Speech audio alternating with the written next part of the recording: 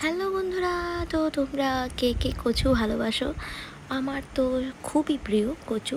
তো দেখো, আমি বলেছিলাম কচুর শাক খাবো ইলিশ মাছের মাথা দিয়ে। তো দেখো এখানে কতগুলো কচু নিয়ে এসেছে, ধুয়ে কেটে এখন সেদ্ধ বসিয়ে দিয়েছি। আর দেখো কি সুন্দর কচুগুলো গলে গেছে।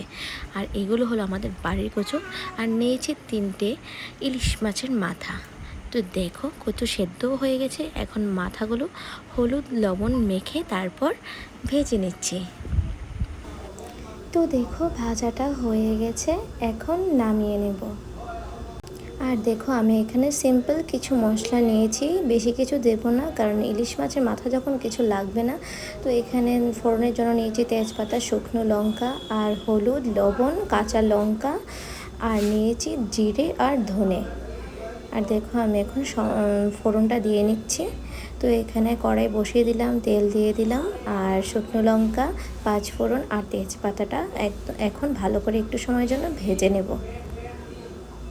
তো দেখো জিরে গুঁড়ো আর ধনে গুঁড়ো আর হলুদটা একটা জায়গার মধ্যে আমি একটু জল দিয়ে মিশিয়ে নিয়েছি। তো এখন দিয়ে দিলাম। তো এখন একটু সময় নেড়ে চেড়ে তারপর দিয়ে দিচ্ছি কচুর শাকটা। তো এখন ভালো করে এই কচুটাকে মশলার সাথে নেড়ে চেড়ে কষিয়ে নেব। আর আমি আদা টাদা কোনো কিছু আমি এক্সট্রা অ্যাড করিনি, কারণ এটা ইলিশ মাছের মাথা দিয়ে করব, আর ইলিশের গন্ধটা চলে যাবে তার জন্য। আর আমি জিরে আর ধনেও অল্প পরিমাণে দিয়েছিলাম। আর দিয়ে দিচ্ছি করে রাখা কাঁচা লঙ্কা পেস্ট, আর দিয়ে দিলাম লবণ। তো এখন ভালো করে এগুলোকে নেড়ে চেড়ে কষিয়ে নেব।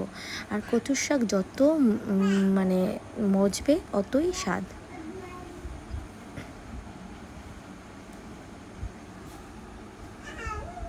তো দেখো দিয়ে দিলাম ইলিশ মাছের ভেজে রাখা মাথাগুলো।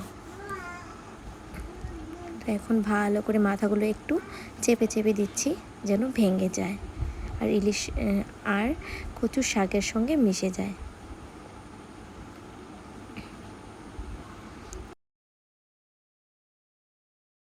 তো দেখো দিয়ে দিলাম এখানে চিনি। তো চিনি ছাড়া এই রান্নাটা অসম্পূর্ণ, আমরা একটু চিনির ব্যবহার করি। তো তোমরা চাইলে চিনি দিতেও পারো, নাও দিতে পারো। আর কচুর শাকটা যতক্ষণ না পর্যন্ত হবে, একটু পরে পরে কচুর শাকটাকে একটু নেড়ে চেড়ে দিতেই হবে। এখন ভালো করে দেখো আমি কচুর শাকটাকে আস্তে আস্তে একদম কষিয়ে নিচ্ছি। আর শাকটা যত মজে যাবে এতই ওটার স্বাদ বাড়বে। আর দেখো আমার রান্নাটা হয়ে গেছে, বেশ মজে গিয়েছিল।